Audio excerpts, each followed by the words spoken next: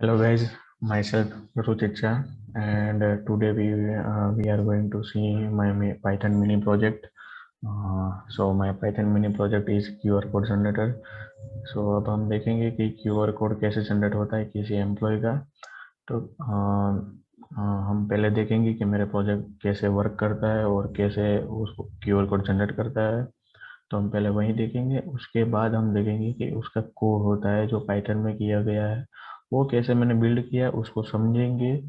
अ, मैंने कौन सी library use की हुई है, कौन कौन सा फ्रेमवर्क यूज़ किया हुआ है, वो सब हम समझेंगे कि और क्यों यूज़ किया हुआ है उसका भी रीज़न हम समझेंगे। ओके ओके, तो फर्स्ट ऑफ ऑल पहले हम देखते हैं कि उसका एग्जीक्यूशन कैसे होता है, क्यूआर कोड कैसे जनरेट होता है और मेरा प्रोजेक्ट कैसे वर्क करता है। ओके, तो ये है मेरा प्रोजेक्ट जो क्यूआर कोड जनरेट करता है। ये है मेरी स्क्रीन जो आप देख रहे हैं, क्यूआर कोड जनरेटर वही। तो उसके अंदर क्या होता है कि पहले हमें एक एम्प्लॉय आईडी डालना होता है, एम्प्लॉय नेम डालना होता है और एम्प्लॉय डिटेल डिपार्टमेंट डालना होता है और एक डेजिग्नेशन उसका डालना होता है, लाइक एम्प्लॉय डिटेल्स डालनी होती है। उसके बेस पर एक क्यूआर कोड जनरेट होगा जो कि वो डिटेल जब भी कोई उस क्यूआर कोड को स्कैन करेगा तो उसकी डिटेल प्रोवाइड करेगा कि उसका नेम क्या है, उसका आईडी क्या है, उसका डिपार्टमेंट क्या है, उसका डेजिग्नेशन क्या है। तो देखते हैं जनरेट करके, लाइक मैं अपनी आईडी एंटर कर दी 155, देन आफ्टर मैं अपना नाम एंटर करूंगा Ruchit, then after department CE, then designation student, और मैं जनरेट क्यूआर पर क्लिक कर दूंगा तो वो मुझे क्यूआर कोड जनरेट करके इधर डिस्प्ले कर देगा और एक फोल्डर में जाके स्टोर हो जाएगा मेरी आईडी से नाम होगा, लाइक 155 QR_155 उसका नाम होगा और वो फाइल स्टोर हो जाएगी एक फोल्डर में। वो भी मैं आपको आगे दिखाऊंगा कि कहाँ पर स्टोर होता है। ओके, तो फिर जनरेट क्यूआर पर मैंने क्लिक की हुई है। Okay, QR code generated successfully. Then after मुझे ये सारी फील्ड क्लीन करनी है, क्लियर करनी है। मुझे किसी का नया क्यूआर कोड बनाना है तो मैं इधर क्लियर पर क्लिक करूंगा और सारे डिटेल्स क्लीन हो जाएगी। देन आफ्टर मैं अगेन 156 डालता हूँ नया आईडी और उसके बाद में अपना फिर से नेम डालता हूँ और मैं जनरेट क्यूआर कोड पर क्लिक करने की कोशिश करूंगा तो वो मुझे एरर देगा कि please enter all the detail, क्योंकि हमें ये डिटेल फिल करनी है। अगर एक भी डिटेल हम फिल नहीं करते हैं तो ये मुझे एरर देगा। ओके, तो अभी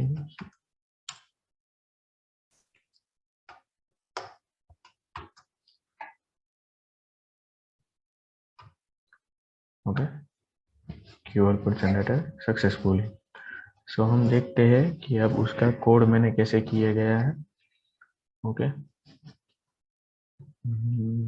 तो हम चलते हैं VS कोड पर कि वहाँ पर मैंने कोड कैसे इसका लिखा है और हम समझते हैं कि मैंने क्या किया है। तो पहले हमने टिकिंटर लाइब्रेरी को इंपोर्ट करवाया है। टिकिंटर लाइब्रेरी इसलिए यूज होती है कि वो GUI प्रोवाइड करती है, GUI कंपोनेंट प्रोवाइड करती है। लाइक मैंने ये यूज किया है, एम्प्लॉय आईडी वो लेबल है, ये भी लेबल है। जो मैंने ये एक बॉक्स स्क्वायर बॉक्स बनाया है वो एक फ्रेम है। तो वो सब कंपोनेंट मुझे प्रोवाइड करती है टिकिंटर लाइब्रेरी। तो उसके लिए मैंने ये यूज किया हुआ है कि वो मुझे GUI प्रोवाइड करे कि जिसकी वजह से कोई यूजर होता है तो उसके साथ इंटरेक्शन कर सकते हैं। इसलिए मैंने टिकिंटर लाइब्रेरी को इंपोर्ट करवाया है फॉर GUI। देन आफ्टर आता है इंपोर्ट क्यूआर। क्यूआर कोड मैंने इसलिए इंपोर्ट करवाया है कि मुझे जो भी एम्प्लॉय की डिटेल आएगी उसको मुझे क्यूआर कोड में कन्वर्ट करना है। तो इस वजह से मैंने क्यूआर कोड को इधर इंपोर्ट करवाया। वो एक लाइब्रेरी है, उसको कैसे इंपोर्ट करना है वो मैं आपको डिस्क्रिप्शन में प्रोवाइड करा दूंगा। कैसे टिकिंटर को इंस्टॉल करना है, कैसे क्यूआर कोड को इंस्टॉल करना है, कैसे इमेज पिलो को यूज इंस्टॉल करना है, फिर रिसाइज इमेज को कैसे इंस्टॉल करना है। और ओके, तो मैंने अनदर एक लाइब्रेरी इंस्टॉल की हुई है पिलो। पिलो में से मैंने इमेज टीके यूज किया हुआ है। इमेज टीके इसलिए यूज किया हुआ है कि क्योंकि मुझे इमेज का नाम चेंज करना होगा कि लाइक जो भी क्यूआर कोड बनेगा उसका मुझे नाम चेंज करना होगा, उसको इमेज में कन्वर्ट करना होगा। इसलिए मैंने इमेज टीके यूज किया हुआ है कि मैंने आपको बोला कि वो इमेज का नाम सेव होगा QR_एम्प्लॉय आईडी। तो उसकी वजह से मुझे इमेज टीके की ज़रूरत पड़ी है, क्योंकि मुझे इमेज का नेम चेंज करना है और डेस्टिनेशन फोल्डर कौन सा रहेगा वो भी मुझे सेट करना है, इसलिए मैंने इमेज टीके यूज़ किया है from Pillow library. Then after मैंने रिसाइज इमेज यूज़ किया है, क्योंकि मुझे जो ये मेरा बॉक्स है, ये क्यूआर कोड नॉट अवेलेबल, उसकी साइज का मुझे क्यूआर कोड की इमेज चाहिए। तो ये क्यूआर कोड की इमेज 180 पिक्सल बाय 180 पिक्सल की है। तो मैंने इसलिए वो रिसाइज इमेज का यूज़ किया हुआ है कि मुझे वो इमेज है वो रिसाइज करके दे दे 180 by 180 pixel. So that's why मैंने ये 4 लाइब्रेरीज यूज़ की हुई है for the making of my project. Then after मैंने एक क्लास क्रिएट किया है क्यूआर जनरेटर।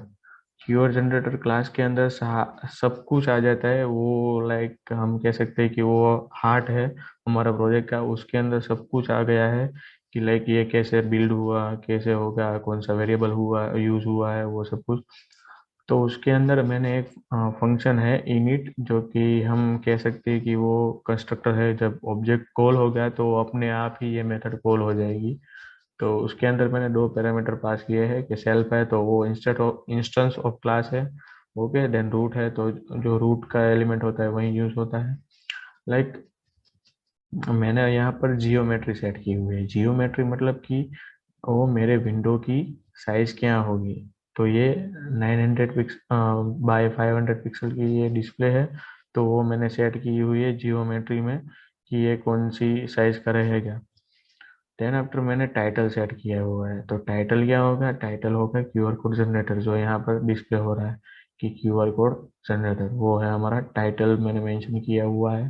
देन आफ्टर रीसाइजेबल मैंने ऑफ किया हुआ है, क्योंकि कोई विंडो को बड़ा या छोटा ना कर सके और हमारा लेआउट भी कर जाए, इसलिए मैंने एक ही फिक्स लेआउट रखा है कि जो कोई उसको रीसाइज ना कर सके। हमने देखा होगा कि कई विंडोज रीसाइज होते हैं, या वहाँ कॉर्नर में से एरो को ड्रैग एंड ड्रॉप करके हम बड़ा या छोटा कर सकते हैं, इसलिए वो मैंने ऑफ रखा है कि वो ना रहे।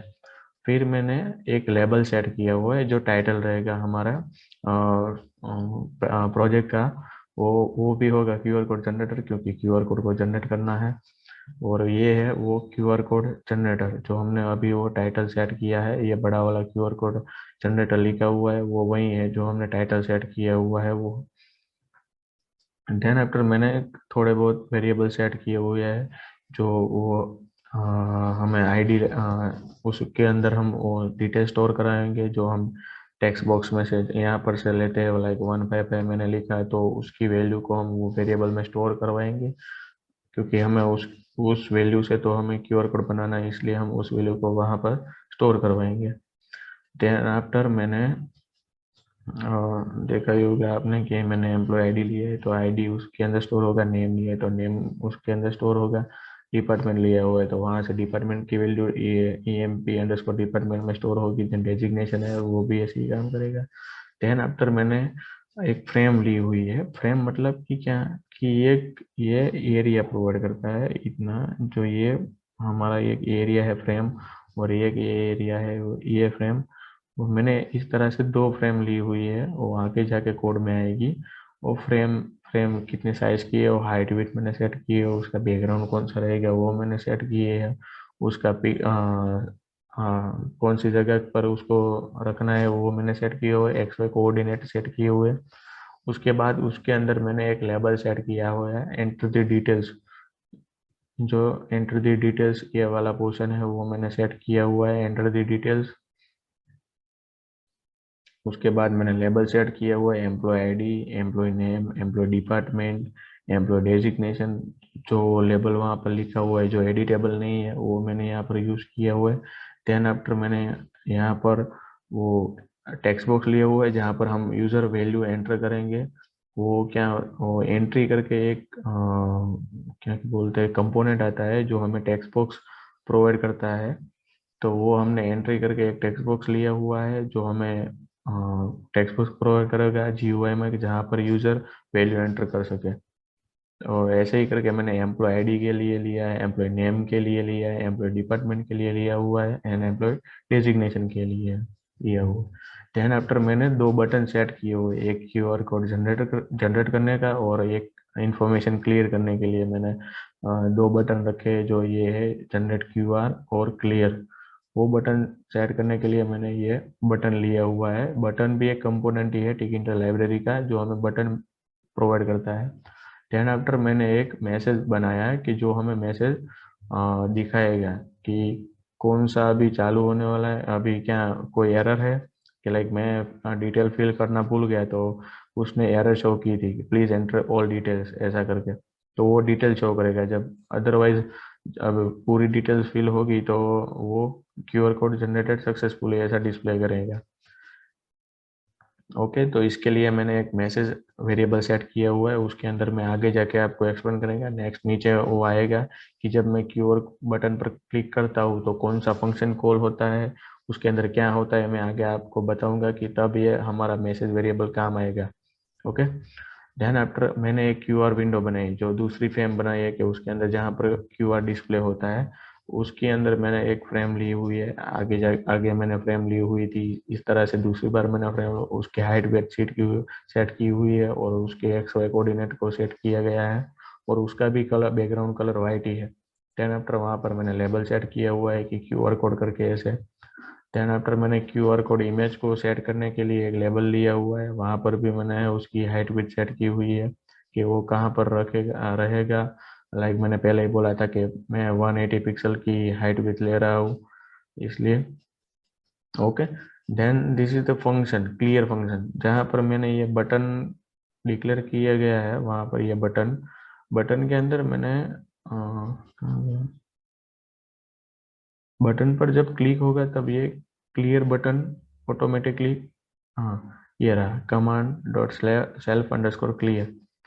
यहाँ पर वो मैंने बटन मेंशन किया हुआ है कि जब वो बटन पर क्लिक करेगा तो मैंने लिखा कि command is equal to self dot clear. वो क्या होता है कि वहां पर मैंने लिखा कि जब ये बटन पर क्लिक होगी तो ये फंक्शन कॉल होना चाहिए।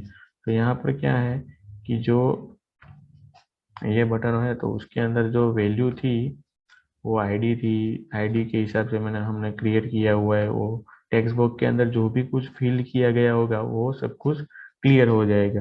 क्यूआर कोड के अंदर भी जो कुछ भी होगा वो भी क्लियर हो जाएगा। जो हमारी इमेज वहाँ पर डिस्प्ले करते थे वो क्लियर हो जाती है। वो जो मैसेज आया होगा like QR code generated successfully और एरर आई होगी तो प्लीज एंटर ऑल डिटेल्स, वो सब क्लीन हो जाएगा। जब पहले नॉर्मल जैसे स्टार्ट करते थे वैसा होगा। ऐसे इसका यूज ऐसे ही होता है क्लियर का। कि क्लियर के अंदर कुछ नहीं है कि सारी वैल्यू जो है उसको क्लियर कर दो, एम्प्टी कर दो, नल बना दो, उसके अंदर कुछ होना ही नहीं चाहिए। देन आफ्टर मैंने दूसरा एक फंक्शन बनाया है जनरेट करके। जनरेट में जनरेट में मैंने सेट किया हुआ है पहले इफ एम्प्लॉय आईडी जो जो नल होगी और नेम नल होगा और डिपार्टमेंट नल होगा। देन आफ्टर डेजिग्नेशन नल होगा तो क्या होगा, तो वो मैसेज हम पहले हमने जो आगे मैसेज वेरिएबल सेट किया था तो उसके अंदर हम क्या करेंगे कि उसकी वैल्यू चेंज करेंगे। उसकी वैल्यू चेंज करेंगे कैसे, please enter all the details, उसकी वैल्यू हम वो चेंज कर दी। उसके बाद हम उस मैसेज को डिस्प्ले करेंगे। कन्फिग डॉट कन्फिग करके वो लेबल के अंदर हम डिस्प्ले करेंगे। वो लेबल पहले से वहां पर है इंक्लूड, जो हमने वहां पर डिक्लेयर किए, पर उसके अंदर कुछ नहीं था, मतलब वो डिस्प्ले कुछ नहीं कर रहा है इसलिए वो हमें दिखेगा नहीं। पर हम यहाँ पर उसकी वैल्यू चेंज कर रहे हैं। लाइक उसको हम please enter all the details ऐसे करके हम वो चेंज कर रहे हैं। उसको टेक्स्ट को हम सेट करेंगे सेल्फ डॉट मैसेज। देन उसके जो फॉन्ट कलर होगा उसको हम रेड कर देंगे क्योंकि अलर्ट के लिए रेड कलर अच्छा रहता है। तो उसके बाद अगर ये कंडीशन फॉल्स होती है तो वो हो जाएगा एल्स के अंदर। एल्स के अंदर हम क्या करते हैं कि जो भी कोई डिटेल आई होगी उसको हम एक क्यूआर डेटा के अंदर स्टोर कराएंगे। लाइक एम्प्लॉय आईडी है तो एम्प्लॉय आईडी उसको स्टोर कराएंगे। एएफ फंक्शन क्या करता है कि वो सारी स्ट्रिंग और वेरिएबल की वैल्यू को कंबाइन करके रखता है और जहाँ पर ये स्लेशन लिखा है तो वहाँ पर न्यू लाइन स्टार्ट होगी। इसलिए हमने फंक्शन ऐप को यूज किया हुआ है आगे। तो एम्प्लॉय डिटेल ऐसे करके हम यहाँ पर सेट करेंगे और ये क्यूआर डेटा में वो सेट हो जाएगी। ध्यान आफ्टर यहाँ आता है क्यूआर कोड जो हमने पहले इंपोर्ट करवाया था। तो उसका यूज यही है कि जो हमने ये क्यूआर डेटा में जो भी इंफॉर्मेशन डाली है उसको एक क्यूआर में बदल दे, क्यूआर इमेज में सेट कर दे। लाइक क्यूआर डॉट मैक हम ऐसे करके लिखेंगे और उसके अंदर हमने ये डेटा पास किया, जो हमने वेरिएबल बनाया क्यूआर डेटा, उसको हम पास करेंगे तो वो क्या करेगा, उसका हमें एक क्यूआर कोड जनरेट करके देगा। वो हमने क्यूआर कोड 1 में स्टोर करवाया। देन आफ्टर क्यूआर कोड 1, और क्यूआर कोड 1 क्या करता है, इसके अंदर भी हम फिर से कोई वैल्यू स्टोर कराएंगे कि हमें वो रिसाइज करना है। जो इमेज मैंने पहले बोला था कि हमें 180 बाय 180 पिक्सल का इमेज चाहिए, तो उसको हम रिसाइज इमेज की मदद से हम रिसाइज अंडरस्कोर कवर करके एक फंक्शन है, और उसके अंदर से हम उसकी हाइट विड्थ सेट कर सकते हैं, उसको रिसाइज कर सकते हैं। तो उसको हम अभी सेट करेंगे। देन आफ्टर हम उसको क्या करेंगे, क्यूआर कोड डॉट सेव करके QR code, then then EMP, then underscore, क्योंकि क्यूआर कोड नाम का एक फोल्डर है, उसके अंदर हम ईएमपी अंडरस्कोर उसकी जो आईडी होती है उसके साथ हम उसको स्टोर करना चाहते हैं। तो उस तरह का हम एक लिंक बनाएंगे कि वहां पर वो सेव हो जाए। देन हमने इमेज टीके डॉट फोटो इमेज को लिया हुआ है, और file file QR code and string करके बनाया हुआ है। And self QR code config dot image, उसको हम सेट करके क्यूआर को डिस्प्ले कराने के लिए यहाँ पर रखा है कि वो डिस्प्ले हो जाए, वहां से इमेज को लेकर यहाँ पर डिस्प्ले हो जाए। इसलिए देन आफ्टर नोटिफिकेशन सेट किया हुआ, लाइक हम जब पूरी डिटेल फिल कर देंगे वो टेक्स्ट बॉक्स के अंदर, और क्यूआर जनरेट क्यूआर पर हम क्लिक करेंगे और क्यूआर कोड जनरेट हो जाएगा, तो वो डिस्प्ले होगा QR code generated successfully. And उसको हम फोरग्राउंड कलर मतलब फॉन्ट कलर को हम ग्रीन कर देंगे, और उसको हम मैसेज डिस्प्ले करा देंगे।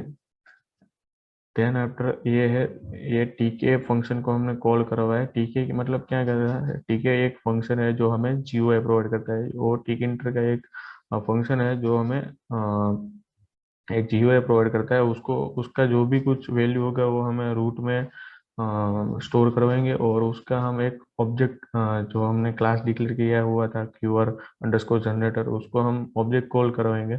अब यहाँ पर हमने ऑब्जेक्ट को कॉल कराया, तब ये इनिट फंक्शन कॉल होगा, तो हमारा जीयूआई रेडी होगा। और रूट डॉट मेन लूप क्या करेगा कि वो हमारा जो ये जीयूआई है उसको लूप में ऐसे ओपन ही करता रहेगा। लाइक हमारी जो प्रोसेस यहाँ पर एंड हो गई तो उसको फिर से ऑन कर देगा। लाइक इसको हम जब तक हम यहाँ से क्लोज नहीं करते तब तक वहाँ ये बंद नहीं होगा, इसलिए मेन लूप का यूज होता है। तो ये था मेरा प्रोजेक्ट, और इसके क्यूआर कोड हम देखेंगे कि तो हमने जनरेट किया 1 5 है। तो ये कोड हमारा है, ये जो क्यूआर कोड हमने जनरेट किया हुआ था अभी वो, बाकी के सब मैंने प्रैक्टिस में किए हुए हैं। 156 वाला अभी हमने जनरेट करके देखा। ये सब क्यूआर कोड हमने जनरेट करके देखे हैं।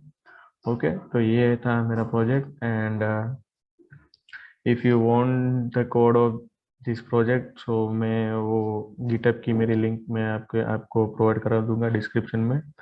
ओके, तो डायरेक्ट मत कॉपी करना, उसको समझ के पहले लाइन बाय लाइन समझ लेना एक बार, उसके फंक्शन कैसे वर्क करते हैं, उसके फंक्शन देखने ला, फंक्शन कैसे डिक्लेयर करने होते हैं, वो सब देख के उसके बाद अपना प्रोजेक्ट इम्प्लीमेंट कर लीजिए। Always be A learner. मैं जो ये कोड प्रोजेक्ट की जो कोड होगा वो मैं आपको डिस्क्रिप्शन में प्रोवाइड करा दूंगा।